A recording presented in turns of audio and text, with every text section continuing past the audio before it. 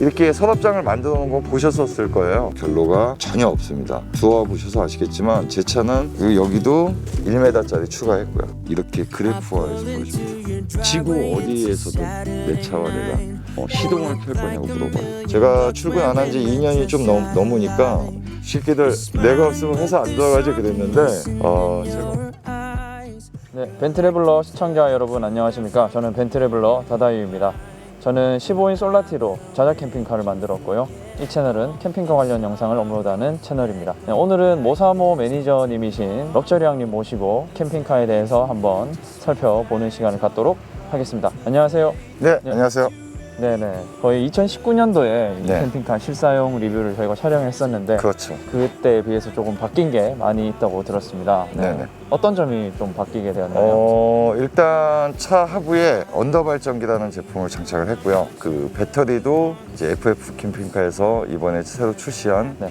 배터리를 테스트하기 위해서 장착을 했고요. 네, 그게 바로 뭐 흔히 말하는 AI 배터리라는 그렇죠. 네. 거죠. 네. 그리고 언더에다가 LED 바를 무선 리모컨을 사용해서 장착을 했고요. 수납장도 이제 좀 도어를 큰 걸로 변경을 했고 또 그 안에 조명도 좀 추가로 장착을 했습니다. 그리고 알터네이터도 180 그 솔라티에 들어가는 순정 알터로 변경을 해서 지금은 전기는 전혀 걱정 없이 쓰고 있습니다. 그러면 실제로 이 캠핑카를 또 어떻게 활용하고 계신지 같이 보시도록 하겠습니다. 같이 가시죠. 네.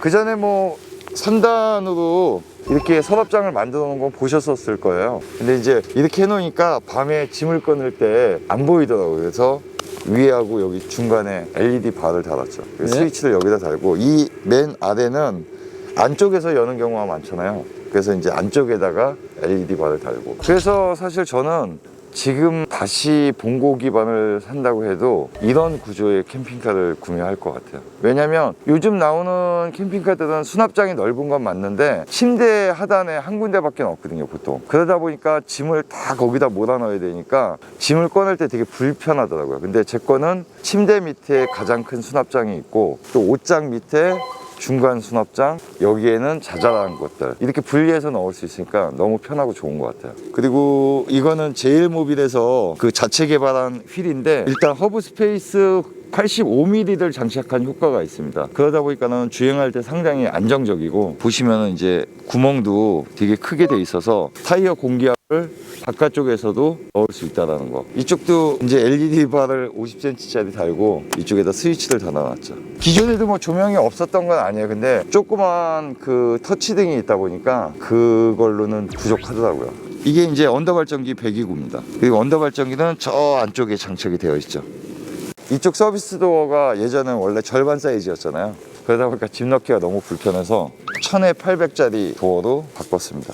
그리고 여기도 LED 등을 1m짜리 추가했고요. 노즐을 많이 다니다 보니까 이런 조명들이 꼭 필요하더라고요. 캄파 텐트, 릴렉스 체어, 나인보, 전동보드, 코베아 가스난로. 짐이 좀 많습니다, 제가.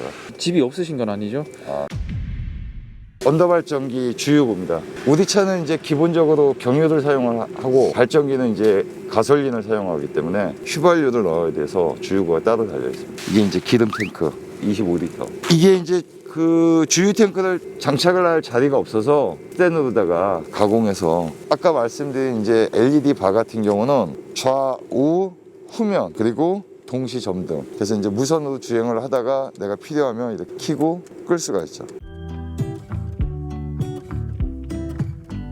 노지에 가면 길들이 상당히 좁거든요. 근데 이제 그런 데서 후진을 한다든지 아니면 사이드 미러를 볼 때 전혀 보이지가 않아요. 그 사이드에 LED 바를 켜면 후면이 아주 깨끗하게 잘 보이거든요. 사고 위험을 또 줄일 수가 있겠네요. 그렇죠. 그래서 공도 주행할 때는 당연히 다른 운전자분들을 위해서 사용하시면 안 돼요. 그래서 저도 이제 그 보통은 언더바를 달 때 미등에다가 많이 연결들을 하시거든요. 근데 저는 그렇게 안 하고 따로 장착을 한 게 주행 시에는 사용할 목적이 아니었기 때문에.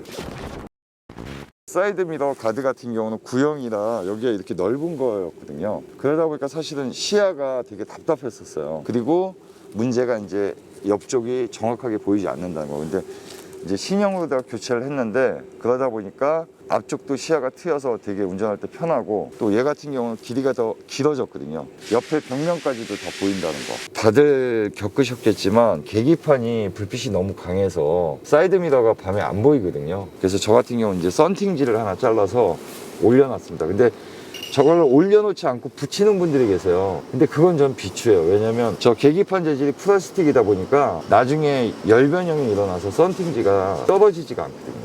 안쪽은 뭐 예전과 비교했을 때 그렇게 변화된 건 없고요. 제가 사랑하는 우리 그 제주 벤나이프 강태욱 씨 스티커를 붙여놨다는 거.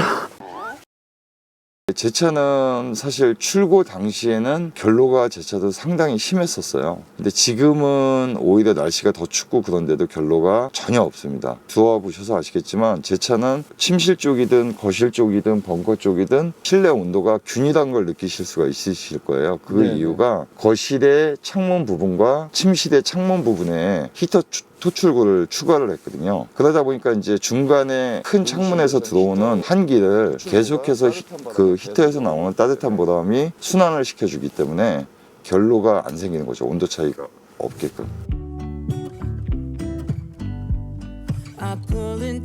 그리고 뭐 바닥 난방도 뭐 아주 노멀한 방법으로 깔았는데도 되게 따뜻하시죠. 네네네. 네. 직접 개조를 하신 거예요? 재설치를 했죠. 재설치를. 설치를? 그러니까 네. 기존에는 너무 그 듬성듬성 온수 라인이 있었는데 그걸 조금 더 그냥 촘촘하게 깐 것뿐입니다. 언더 발전기 컨트롤러입니다. 그래서 예전에 우리가 발전기를 따로 갖고 다니실 때는 기름 넣고 또 나가서 시동 걸고 막 그러셨어야 됐는데 이 제품은 그냥 실내에서도 버튼 하나만 누르면 이렇게 시동이 걸리는 거죠.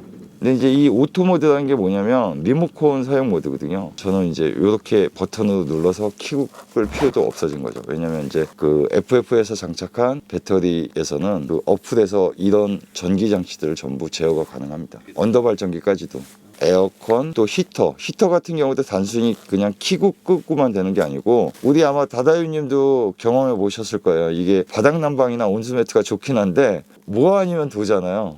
근데 이거를 아주 미세한 다이얼 방식으로 해서 온도 조절까지도 다 가능합니다. 평소에는 제가 그 알터네이터를 장착을 했기 때문에 쓸 일이 거의 없고요. 같이 다니는 동생들 배터리 충전 용도나 아니면 여름에 에어컨 사용할 때 낮에는 이제 발전기로 위에 있는 루프 에어컨을 가동하면서 배터리 충전을 하고요. 밤에는 낮에 충전한 배터리를 가지고 에어컨을 돌리고요. 작년에 그 여름에 제주도 가 있을 때도 그래서 24시간 내내 에어컨을 풀로 가동하면서 다녔습니다. 제 입장에 봤을 때는 너무 한쪽에다가만 과도한 투자를 하시는 거는 맞지 않는 것 같아요. 1600A 막 이렇게 해도 장착을 많이들 하시더라고요. 근데 한 달, 두 달씩 장기도 다녀도 전기에 문제가 없는 게 알터네이터, 배터리, 언더 발전기, 솔라 이런 것들을 골고루 구성을 해놨기 때문에 가능한 거거든요. 그래서 너무 뭐 태양광이나 배터리 용량 한 군데에만 집중하시는 것보다는 분산된 투자를 하시는 게 좋지 않나 하는 생각이 듭니다.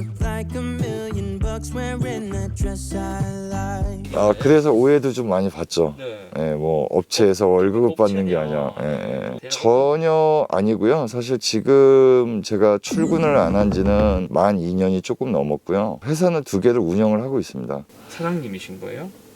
그렇죠. 뭐. 예. 제가 그래서 보험 판매법인하고 카드 단말기 총판 이렇게 2가지 사업을 하고는 있습니다. 아시는 분은 아시겠지만 지금 막내가 이제 5살이거든요. 우리 막내한테 해줄 수 있는 가장 큰 선물은 건강하게 옆에 오래 있어주는 거라고 생각이 들어서 우리 다다유님은 개인적으로 봐서 아시겠지만 성격이 좀 지랄 맞아요. 그래서 대충대충 하는 걸 못 하잖아요. 그래서 아무래도 출근을 하면 스트레스를 많이 받고 해서 출근을 안 하고 있는 겁니다. 그리고 제가 출근 안 한 지 2년이 좀 넘으니까 빠졌던 머리가 나고 있어요. 진짜로. 직원분들도 오히려 더 좋으시겠어요. 좋아하더라고요. 좀 내심 서운하더라고요. 예전에는 새끼들 내가 없으면 회사 안 돌아가지 그랬는데 제가 없어도 잘 돌아가더라고요. 예. 그래서 어쩔 때는 살짝 서운하기도 합니다. 이놈들이 이때쯤 되면 나한테 전화가 한번 와야 되는데 하는데 인산철 배터리는 사실 0도씨 이하에서는 충전을 해서 좋을 게 없거든요. 그래서 저는 이제 온수 매트 선을 이 위쪽에다 이렇게 한번 감아준 겁니다. 그래서 온수 매트를 30분만 작동하면 배터리 온도가 20도까지 올라가 주기 때문에 뭐 과충전을 해도 전혀 문제가 없죠. 기존의 배터리는 아래쪽에 이제 셀들이 들어가고 위쪽에 BMS라고 해서 셀을 관리해주는 기판이 하나 들어갔죠. 이 제품은 그거 말고도 우리가 흔히 알고 있는 SOC를 관리해줄 수 있는 여러 가지 장치가 있고 IoT 스위치를 표시할 수 있는 장치가 좀 많이 들어가 있더라고요. 일반 배터리에 비해서. 기존에는 이제 뭐 사용량이나 충전량을 적상계로만 의지해서 사용을 할 수가 있었는데 이 적상계가 정확하지는 않았었잖아요. 근데 이 배터리 같은 경우는 알터네이터에서 몇 암페어가 충전이 되고 있는지, 또 MPPT에서 몇 암페어가 충전이 되고 있는지, 한전에서 몇 암페어가 충전이 되고 있는지 따로 계산을 다 해줍니다. 또 내가 그러면서 몇 암페어를 쓰고 있는 건지, 여기 보시면 이렇게 간단하게 지금 배터리가 몇 프로가 남았는지, 전압도 세 자릿수로 다 표기를 해주죠. 또 배터리의 온도, 이거는 이제 조금 아직 개발 모드가 바뀔 건데 뭐 지금 어떤 모드인지, 몇 암페어를 쓰고 있는지, 태양광 충전량, 알터네이터 충전량 각각의 양을 또 이렇게 표시를 해줍니다. 그리고 그거를 이렇게 그래프화해서 보여줍니다.